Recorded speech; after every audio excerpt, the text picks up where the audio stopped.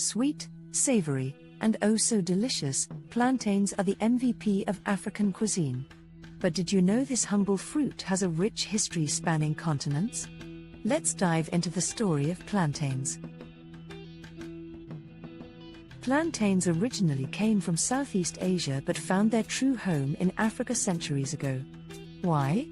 Because they were hardy, easy to grow, and packed with nutrients.